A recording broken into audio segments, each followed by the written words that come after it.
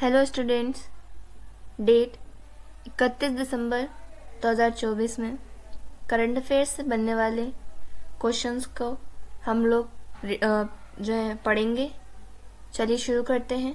हमारा first question है, हाल ही में शहद उत्सव कहाँ संपन्न हुआ? तो हमारे ऑप्शंस हैं, पहला भूटान, दूसरा नेपाल, तीसरा श्रीलंका या चौथा मालदीव। तो इसका हमारा ऑप्शन नंबर बी सही है, शायद नेपाल। हाल ही में जो है नेपाल में शहद उत्सव संपन्न हुआ है। यह शहद उत्सव जो है 5 दिन चलने वाला उत्सव है, यानी कि शहद उत्सव जो है ये 5 दिवसीय उत्सव है। शहद उत्सव के साथ साथ जो है हाल ही में नेपाल में जो है हाथी का उत्सव और सबसे बड़ा पशु वध उत्सव भी जो है संपन्न हुआ है। नेपाल में आयोजित इस शहद उत्सव में जो है 5 दिन तक यह उत्सव चलता है। इस उत्सव में आने वाले सभी लोगों को जो है अलग अलग तरह का शहद जो है फ्री में चखाया जाता है, यानी कि इस उत्सव में जो है लोग अलग अलग तरह का शहद लेकर आते हैं और एक दूसरे को जो है यह शहद चखाते भी हैं। नेक्स्ट क्वेश्चन है, हाल ही में किस देश ने दुनिया की सबसे तेज ट्रेन का प्रोटोटाइप पेश किया? तो इसके हमारे ऑप्शंस हैं, पहला है रूस, दूसरा है जापान, तीसरा है चीन या चौथा है साउथ कोरिया। तो इसका ऑप्शन नंबर हमारा सी सही है। चीन जो है इसने हाल ही में अपनी बुलेट ट्रेन के लिए जो है एक प्रोटोटाइप पेश कर रहा था, जिसमें इसने यह दावा किया कि यह प्रोटोटाइप जो है दुनिया की सबसे तेज ट्रेन का प्रोटोटाइप है। असल में जो है चीन बुलेट ट्रेन का प्रोटोटाइप का परीक्षण कर रहा था और यहीं पर जो है इस ट्रेन के परीक्षण में जो उस प्रोटोटाइप की स्पीड थी वह लगभग 450 किलोमीटर प्रति घंटा की स्पीड थी, जो कि अब तक की दुनिया के इतिहास की ट्रेन की सबसे तेज स्पीड पाई गई।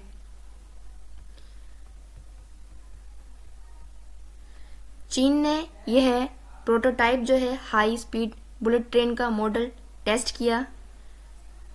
जिन्होंने भी जो है बुलेट ट्रेन के इस मॉडल को टेस्ट किया है, जिन्होंने भी इसे बनाया है, उन निर्माताओं का दावा है कि इस बुलेट ट्रेन के प्रोटोटाइप की गति लगभग 450 किलोमीटर प्रति घंटा तक पहुंच गई, जिससे यह दुनिया की सबसे तेज हाई स्पीड वाली ट्रेन बन गई है।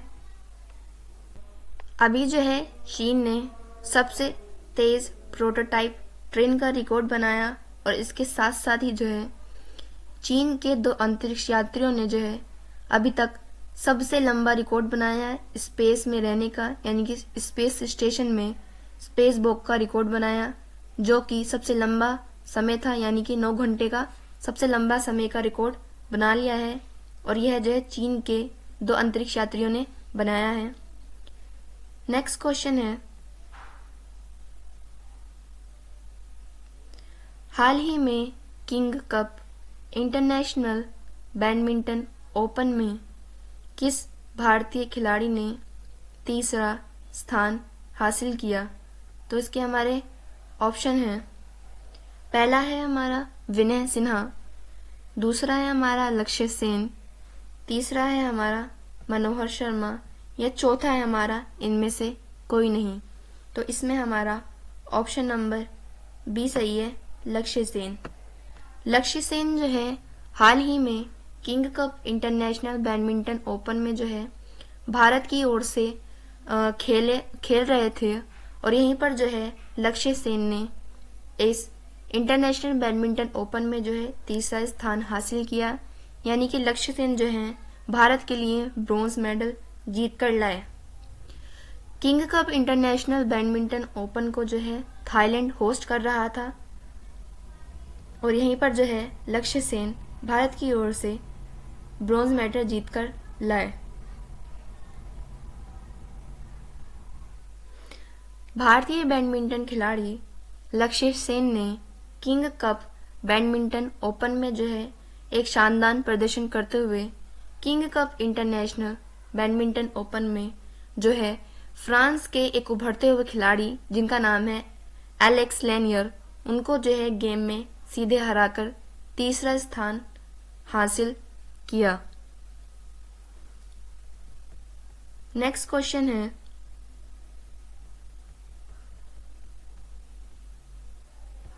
हाल ही में आरबीआई की रिपोर्ट के अनुसार वित्त वर्ष 2024-25 में भारत की जीडीपी कितने प्रतिशत की दर से बढ़ने का अनुमान है?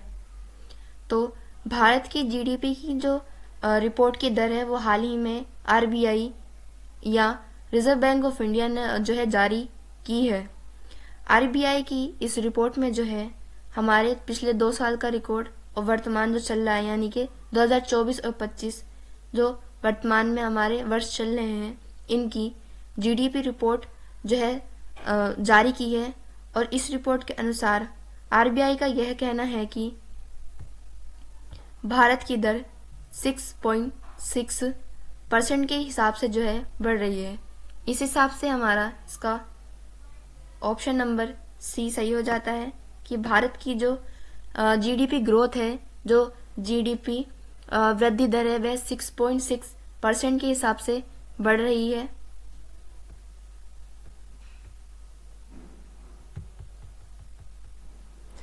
आरबीआई में एक रिपोर्ट में कहा कि भारत की अर्थव्यवस्था मजबूती और स्थिरता का प्रदर्शन कर रही है, यानी कि हमारा भारत जो है अर्थव्यवस्था मजबूती और स्थिरता का एक बहुत ही अच्छा प्रदर्शन कर रहा है। यानी कि हमारी जो अर्थव्यवस्था है, इकोनॉमी है, उसको हम लोग मजबूत बना रहे हैं और इक्वली यानी कि बैलेंस्ड कर कर चल रहे हैं। और आरबीआई ने ये कहा कि चालू वित्त वर्ष यानी कि 2024 और 25 जो कि वर्तमान में हमारे चालू वित्त वर्ष हैं, उसमें जो है सकल घरेलू उत्पाद या जीडीपी की जो वृद्धि दर है वह 6.6% रहने का अनुमान है। नेक्स्ट क्वेश्चन है, हाल ही में इसरो ने कहां से PSLV C-60 स्पेस डेक्स मिशन को सफलतापूर्वक लॉन्च किया? तो इसके ऑप्शंस हैं, पहला है बंगलुरु, दूसरा है जैसलमेर, तीसरा है श्रीहरिकोटा और चौथा है हमारा चेन्नई। तो इसका ऑप्शन नंबर हमारा सी सही है। श्रीहरिकोटा से जो है हाल ही में भारतीय स्पेस एजेंसी इसरो ने जो है PSLV C-60 स्पेस डेक्स मिशन को जो है सफलतापूर्वक लॉन्च कर दिया है। C-60 स्पेस डेक्स मिशन में जो है 2 कृत्रिम उपग्रह को जो है PSLV यानी कि पोलर सैटेलाइट लॉन्च व्हीकल द्वारा जो है लॉन्च किया गया है। इसरो द्वारा C-60 स्पेस डेक्स मिशन जो है 23 दिसंबर को लॉन्च किया गया है।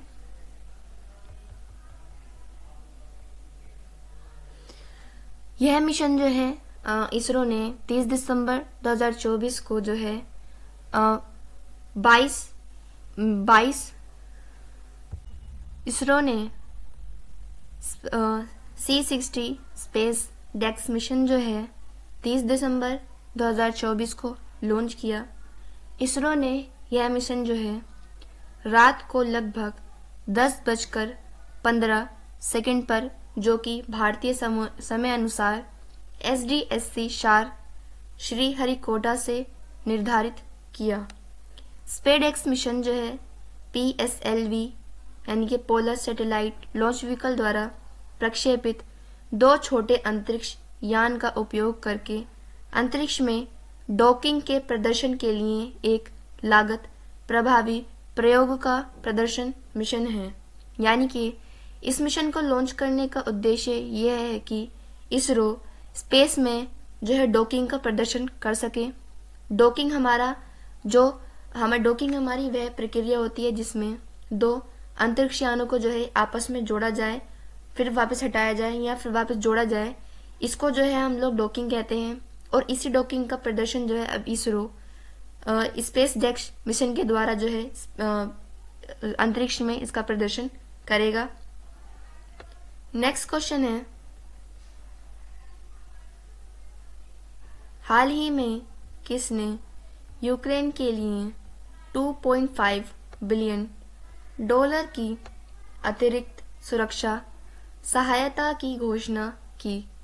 तो इसके हमारे ऑप्शंस हैं, पहला है फ्रांस, दूसरा है जर्मनी, तीसरा है अमेरिका और चौथा है कनाडा। तो इसका जो है आंसर हमारा इसका ऑप्शन नंबर सी सही है, अमेरिका। अमेरिका ने ना बल्कि इस बार बल्कि हर बार जो है वह यूक्रेन की मदद कर रहा है रूस से लड़ने के लिए। और वर्तमान में अमेरिका के जो राष्ट्रपति हैं जो बाइडेन, उन्होंने अपने पद को छोड़ने से पहले जो है यूक्रेन के लिए 2.5 बिलियन डॉलर की अतिरिक्त सुरक्षा प्रदान करने की घोषणा की है। हाल ही में जो है अमेरिका के राष्ट्रपति चुनाव में जो बाइडेन की पार्टी की जो कमला हैरिस खड़ी थी उनको हराया है डोनाल्ड ट्रंप ने। और अब जो है अमेरिका के नए राष्ट्रपति डोनाल्ड ट्रंप को नियुक्त होने वाले हैं 20 जनवरी को। वहीं अपने पद को छोड़ने से पहले जो है जो बाइडेन ने यूक्रेन के लिए 2.5 अरब डॉलर की अतिरिक्त सुरक्षा सहायता की घोषणा की। जो बाइडेन अपनी कार्यकाल के अंतिम सप्ताहों में नवनिर्वाचित राष्ट्रपति डोनाल्ड ट्रंप के सत्ता संभालने से पहले कीव की सैन्य सहायता बढ़ाने की घोषणा की। कीव जो है यह यूक्रेन की राजधानी है और यहाँ पर जो है सैन्य सहायता प्रदान की जाएगी, जो कि अमेरिका के वर्तमान राष्ट्रपति जो बाइडेन के घोषणा के अनुसार की जाएगी। जो बाइडेन जो है अभी जनवरी में जो है अपने पद से इस्तीफा दे देंगे और 20 जनवरी की तारीख को जो है अमेरिका के नए राष्ट्रपति डोनाल्ड ट्रंप जो है अपनी राष्ट्रपति की शपथ लेंगे। डोनाल्ड ट्रंप जो है यह अमेरिका के 47वें नंबर के जो है राष्ट्रपति बने हैं और सबसे ज्यादा उम्र के राष्ट्रपति भी बने। डोनाल्ड ट्रंप जो है मैगजीन प्रतिष्ठित टाइम मैगजीन ने जो है डोनाल्ड ट्रंप को पर्सन ऑफ द ईयर भी चुना है। मैगजीन ने जो है डोनाल्ड ट्रंप को दूसरी बार पर्सन ऑफ द ईयर चुना है। डोनाल्ड ट्रंप को पहले 2020 में भी जो है पर्सन ऑफ द ईयर चुना जा चुका है। नेक्स्ट क्वेश्चन है, हाल ही में ECI के आंकड़ों के अनुसार 2024 लोकसभा चुनाव में कहाँ महिला मतदाताओं का प्रतिशत सबसे अधिक रहा? तो इसके हमारे ऑप्शंस हैं, पहला है केरल, दूसरा है पुडुचेरी, तीसरा है आंध्र प्रदेश और चौथा है तमिलनाडु। तो इसका हमारा ऑप्शन नंबर बी सही है। पुडुचेरी जो है यहाँ पर 2024 में हुए लोकसभा चुनाव में जो है महिलाओं ने सबसे ज़्यादा मतदान दिया है। 2024 लोकसभा के हिसाब से जो है पूरे भारत में केवल 64.4 करोड़ मतदाताओं ने ही अपना मत का इस्तेमाल किया है।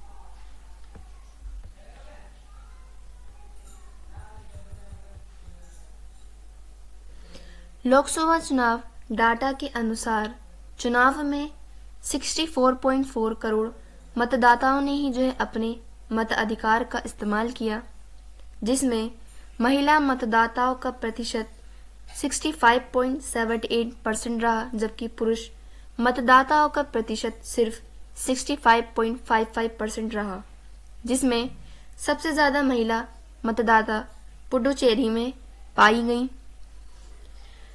2019 के चुनाव और 2024 में हुए इन चुनावों में ही जो है पहली बार महिला मतदाताओं की संख्या जो है सबसे अधिक पाई गई। इससे पहले जो है केवल पुरुष मतदाताओं की ही संख्या अधिक पाई जाती थी। पुडुचेरी में जो है सबसे ज़्यादा महिला मतदाताओं की जो है गिनती पाई गई। वहीं सबसे ज़्यादा कम वोट जो डाले गए हैं वो श्रीनगर जम्मू कश्मीर में डाले गए। नेक्स्ट क्वेश्चन है, हाल ही में कौन 2025 में पहली बार world audio visual entertainment summit WAVES की मेज़बानी करेगा? तो इसके हमारे ऑप्शंस हैं, पहला है फ्रांस, दूसरा है जर्मनी, तीसरा है भारत और चौथा है फिलीपींस। तो इसका ऑप्शन नंबर जो है सी सही है। भारत जो है इस बार होने वाले world audio visual entertainment summit WAVES की जो है पहली बार मेज़बानी करेगा। वेब्स जो है यह एक इंटरनेशनल प्लेटफॉर्म है।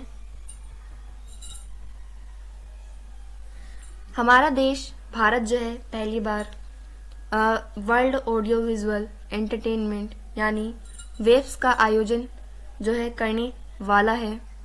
वेब्स जो है एक इंटरनेशनल प्लेटफॉर्म है जो कि वेब्स समिट में दुनिया भर के मीडिया और एंटरटेनमेंट इंडस्ट्री के क्रिएटिव वर्ल्ड के लोग भारत आएंगे। यह समिट भारत को ग्लोबल कंटेंट क्रिएशन का हब बनाने की दिशा में एक महत्वपूर्ण कदम है। तो भारत को जो है आत्मनिर्भर बनाते हुए वेब्स का इस बार का जो आयोजन है वह भारत में होने वाला है। वेब्स जो है एक इंटरनेशनल प्लेटफॉर्म है जिसमें जो है पूरी दुनिया भर के लोग एक दूसरे से जुड़े होते हैं और जहाँ भी वेब्स का समिट होता है वहाँ पर जो है दुनिया भर के जो इंटरटेनमेंट इंडस्ट्री से संबंधित लोग होते हैं, जो क्रिएटिव वर्ल्ड के लोग होते हैं, वे वहाँ पर शामिल होते हैं।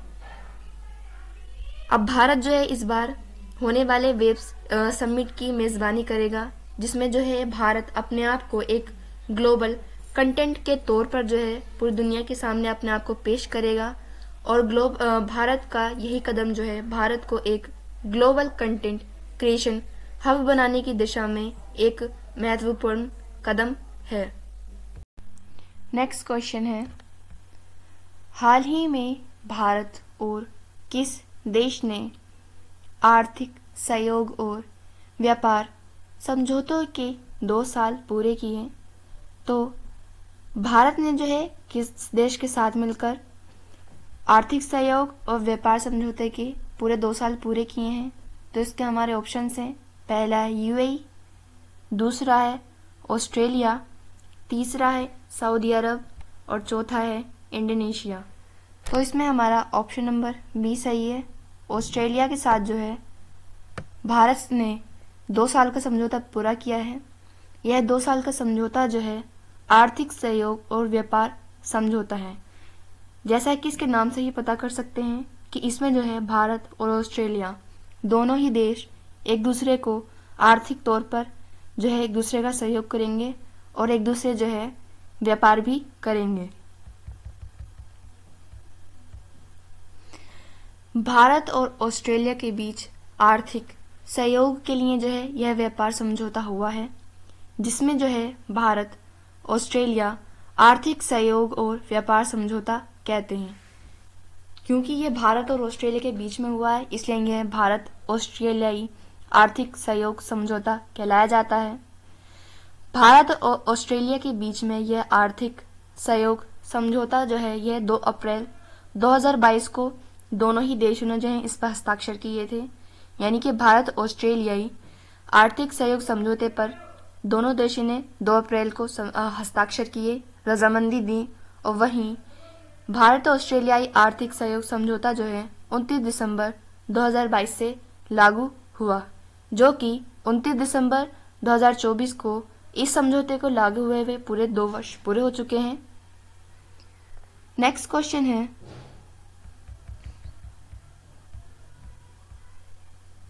हाल ही में कहाँ पूर्व प्रधानमंत्री डॉक्टर मनमोहन सिंह जी की प्रतिमा लगाई जाएगी?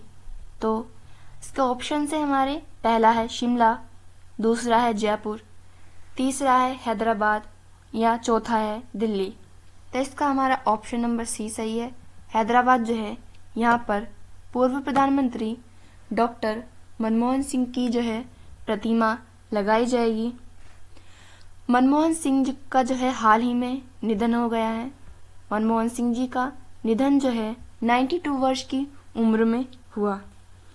मनमोहन सिंह जी जो है 2004 से लेकर 2014 तक जो है 2 बार भारत के प्रधानमंत्री रह चुके हैं, यानी कि 10 वर्ष तक जो है मनमोहन सिंह भारत के प्रधानमंत्री रहे। इसी के साथ साथ जो है डॉक्टर मनमोहन सिंह जो है यह आरबीआई के गवर्नर भी रह चुके हैं। डॉक्टर मनमोहन सिंह जी की हैदराबाद में प्रतिमा लगाने के लिए जो है तेलंगाना विधानसभा में जो है एक प्रस्ताव पारित किया गया, जिसमें जो है पूर्व प्रधानमंत्री डॉक्टर मनमोहन सिंह जी की प्रतिमा के लिए यह प्रस्ताव जो है पारित किया गया। इस प्रस्ताव को पारित करने के बाद जो है मनमोहन सिंह जी के सम्मान में हैदराबाद में जो है उनकी प्रतिमा लगाई जाएगी। स्टूडेंट्स, ये क्लास हम यही ख़त्म करते हैं। नेक्स्ट क्लास में हम करंट अफेयर से बनने वाले और भी क्वेश्चंस को पढ़ेंगे। Thank you and thanks for watching.